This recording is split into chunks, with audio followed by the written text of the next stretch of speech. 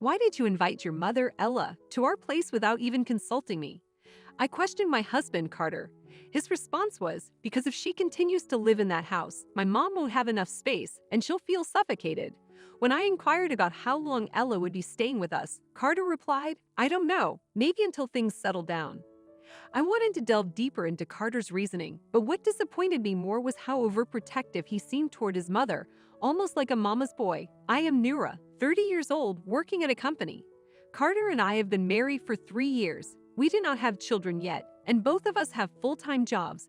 While I generally handle most of the household chores, including cleaning and cooking, Carter occasionally steps in, especially on days when I have to work late or during the weekends when he takes care of cleaning the bathroom. We've maintained a relatively balanced married life, but recently there has been a noticeable shift in our routine. Carter has started visiting his parents more frequently, which I suspect is due to his father's passing about 6 months ago. Previously, my in-laws, Alex and Ella, lived together in their own house. However, after Alex's death, Carter's brother Jacob and his wife Lily moved in with Ella. Unfortunately, their cohabitation hasn't been harmonious. Carter has taken on the role of mediator, frequently visiting their home to help resolve conflicts between Ella, Jacob, and Lily. Initially, Jacob and Lily seemed to handle living with Ella quite well. Ella had been deeply depressed following Alex's sudden passing, and she needed immediate emotional support. I'd even visited Ella myself to provide comfort during that challenging time. After Ella's gradual recovery, we were relieved to see her regain her health and positivity. However, an unexpected incident involving Jacob and Lily's daughter Mia occurred when Ella was back to her usual self. Despite Mia being just 3 years old, Ella began to strictly discipline her for reasons unknown. Ella would scold Mia, telling her things like, "You don't know how to hold a spoon properly," or demand that she finish all her vegetables. If Mia didn't complete her meal to Ella's satisfaction, she would be forced to sit at the table without doing anything else while receiving strict, old-fashioned lessons. Lily, on the other hand, believed in giving her daughter as much freedom as possible, following a less strict parenting approach. She constantly clashed with Ella when she attempted to discipline Mia. Jacob sided with Lily and tried to reason with Ella, warning her about her excessive strictness, but Ella stubbornly refused to listen and continued with her own methods. Due to Jacob's late work hours, Lily had to deal with Ella's unreasonable behavior on her own during the day and at dinner time. After a heated discussion, both Jacob and Lily made a promise with Ella to handle their household chores separately. For a while, Ella refrained from interfering with the married couple or their daughter. However, as they still lived together in the Carter household, Ella gradually broke her promise, returning to her meddlesome ways, and everything reverted to how it was at the beginning. Ella's selfish actions became increasingly appalling, from discarding Lily's clothes without permission simply because they looked old to throwing away Mia's favorite outfits. One day, while Lily was away shopping for groceries, an unexpected incident unfolded at home. Ella was left alone with Mia, who was now 4 years old and playing in the living room. Lily felt confident that everything would be fine while she went to the supermarket. However, upon her return, Lily was met with a surprising and unexpected sight. Ella was in the process of cutting Mia's hair very short. Shocked and outraged, Lily immediately confronted Ella, demanding to know what she was doing. Ella responded casually, suggesting that a child Mia's age should spend more time playing outside and that children's hair grows long quickly, justifying her actions as correct. Mia appeared on the verge of tears as her hair was being drastically shortened. When Jacob arrived home and learned about the situation, it escalated into a massive argument between him and Ella. My husband Carter played the role of mediator in their ongoing conflicts, but I couldn't help but feel that the gap between Jacob and Ella was too vast for any meaningful improvement, even with my husband's intervention. Despite the evidence pointing to Ella's fault, she seemed unwilling to accept responsibility for her actions, further exacerbating her conflicts with Jacob and Lily. I suggested to my husband that if he intended to mediate between Ella and Jacob, he needed to ensure that Ella understood what she had done wrong. However, my husband firmly defended Ella's actions, believing she was in the right. Hearing Carter's unwavering support for Ella, I began to question whether he was the right mediator for their family. Concerned about the effectiveness of my husband's role as mediator, I reached out to Lily to discuss the situation further. Lily admitted that things had only worsened since my husband's involvement. She shared that my husband consistently advocated for Ella's perspective, telling Jacob that he should understand his mother's point of view. and said things which were defending Ella, and Ella would take advantage of what he was saying even more hurtful things or acting terribly towards Jacob and Lily. Consequently, Jacob grew tired of both Ella and my husband and became completely unwilling to deal with them. As a result, Jacob and Lily began making preparations to leave the house. Upon hearing this story, I felt compelled to apologize to Lily on behalf of my husband. However, Lily expressed understanding and didn't place the blame solely on my husband for making the situation worse, even though it was indeed his fault. That night, as I arrived home from work, I decided to confront my husband about his actions. However, what he did next caught me completely off guard. He entered the house with Ella in tow and casually announced their arrival. I immediately confronted my husband, whispering angrily in his ear. I questioned his decision to bring Ella to our home without consulting me, emphasizing that my mother also needed a place to stay. I asked how long he planned to have Ella stay with us, and his response was uncertain. While I had noticed some signs of my husband being a mama's boy during my frequent visits to Ella's house, witnessing his behavior more closely and hearing Lily's stories made it abundantly clear.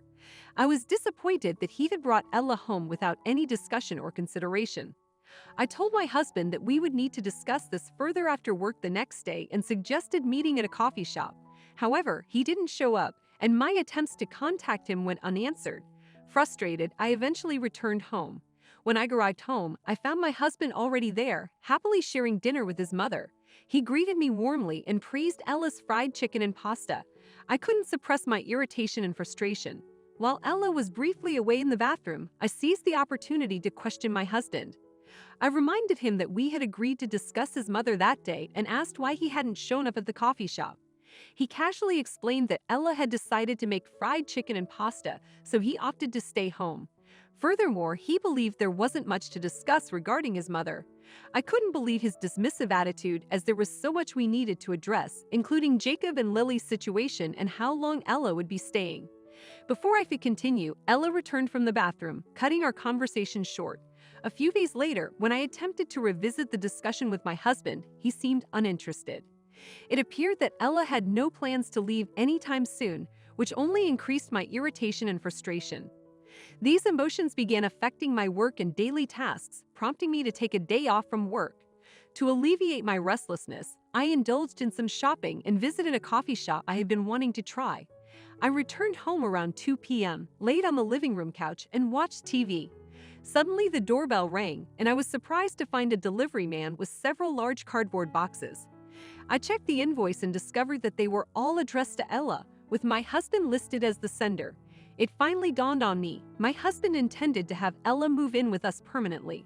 As I connected the dots, my feelings towards my husband began to change. I have been trying to find a solution that would make everyone, Ella, my husband, Jacob, and Lily, happy. However, I now realize that achieving such a harmony might be impossible. I came to a profound realization about my husband's selfishness and the hopeless nature of our situation. On that particular day, my husband was still spending most of his time with Ella and came home after having dinner with her. The following evening during dinner, he casually mentioned, "By the way, my mom's packages should be arriving today. Please take care of them."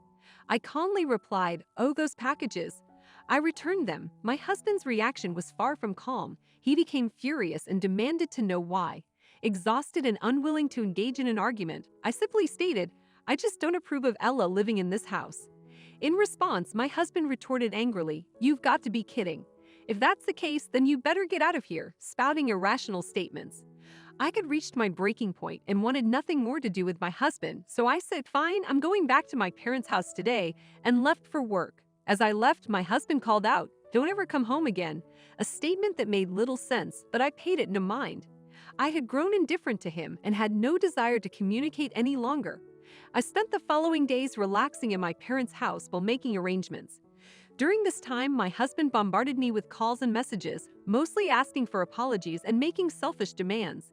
I chose to ignore his texts and block his calls, focusing on my plans instead. Once everything was in order, I returned home after a significant period of absence.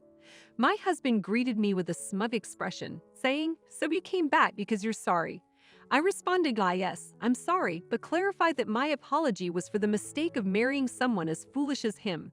He was taken aback, and I seized the moment to present him with divorce papers. His initial surprise turned into a realization of my seriousness. He hesitated momentarily before saying, "Fine, have it your way. I'll sign the divorce papers and leave. Gather your belongings and vacate this place immediately." I couldn't believe he was taking it so lightly, so I handed him another document to clarify the situation. His puzzled expression prompted me to explain, "It's the contract for this apartment. Don't you remember? My parents own this place." His face went pale as the realization dawned on him. "Oh, so you and Ella should leave." I firmly asserted, "Indeed. I've decided to lease this apartment to someone else. You have until the end of the month to move out." He tried to stall, saying, "Wait, let's discuss this properly."